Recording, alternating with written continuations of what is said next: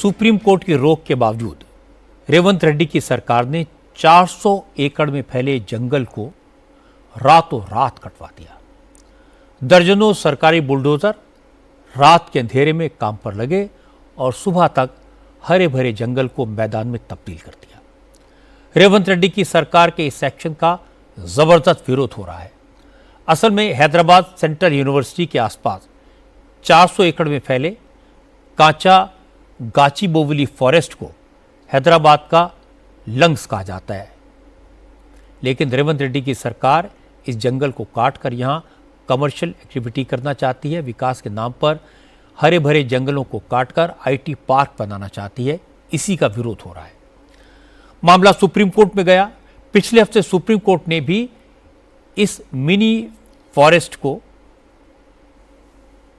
और यहां होने वाली सभी एक्टिविटीज को रोक लगाने का आदेश दिया, लेकिन इसके बाद भी रात के अंधेरे में चोरी छिपे भारी संख्या में जेसीबी मशीन्स और बुलडोजर भेजकर जंगल को साफ कर दिया गया। इस इलाके में मौजूद वाटर बॉडीज को भरने की कोशिश की गई। जब जंगल में बुलडोजर चल रहे थे तो हजारों पशु पक्षी इधर उधर भागते हुए दिखाई दिए। जब ये तस्वीरें आई तो रेवंत रेड्डी की सरकार के खिलाफ विरोध और तेज हो गया। हैदराबाद सेंट्रल यूनिवर्सिटी के स्टूडेंट्स के साथ साथ बीजेपी और बीआरएस के नेता भी कांग्रेस सरकार के खिलाफ मैदान में उतर गए।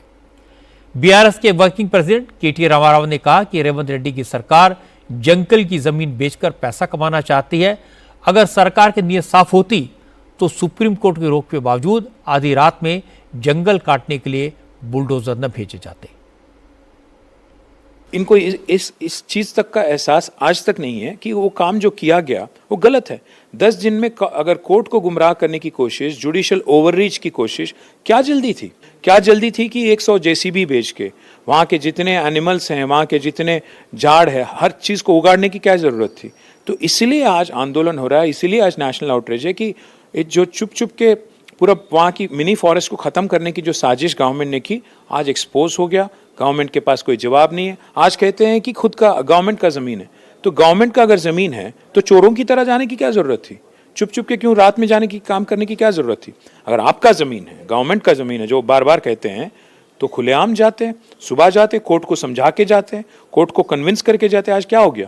सुप्रीम कोर्ट ने साफ कह दिया कि this looks like a mini forest and it can not be touched. आज अगर कांग्रेस का बस चला तो पूरा का पूरा यूनिवर्सिटी बेच दें, 2500 एकड़ पूरा बेचने की कोशिश में है, तो जरूर केंद्र सरकार को भी इसमें रिस्पॉन्सिबिलिटी लेना पड़ेगा।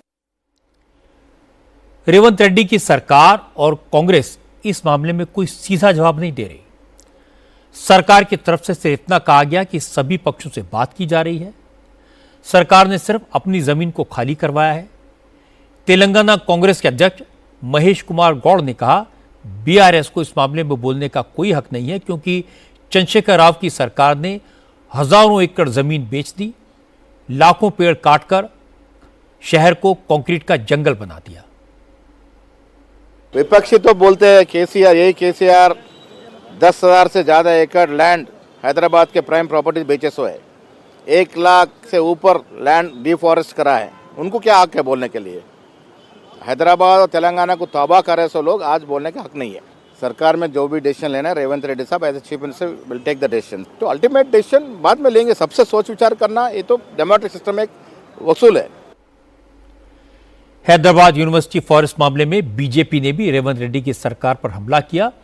केंद्रीय मंत्री किशन रेड्डी ने कहा, केंद्र सरकार इस लैंड को हैदराबाद यूनिवर्सिटी को देने के पक्ष में है, लेकिन रेवंत रेड्डी की सरकार इस लैंड का ऑक्शन करके सरकार चलाना चाहती है। यह ठीक नहीं है। तेलंगाना सरकार इस लैंड को ऑक्शन करके इसको पैसे के द्वारा सरकार चलाना चाहते हैं।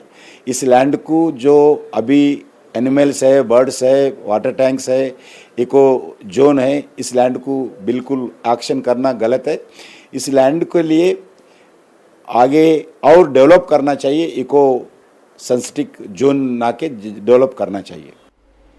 400 एकड़ में फैले जंगल को विकास के नाम पर काटा जाए, इससे कोई जस्टिफाई नहीं कर सकता।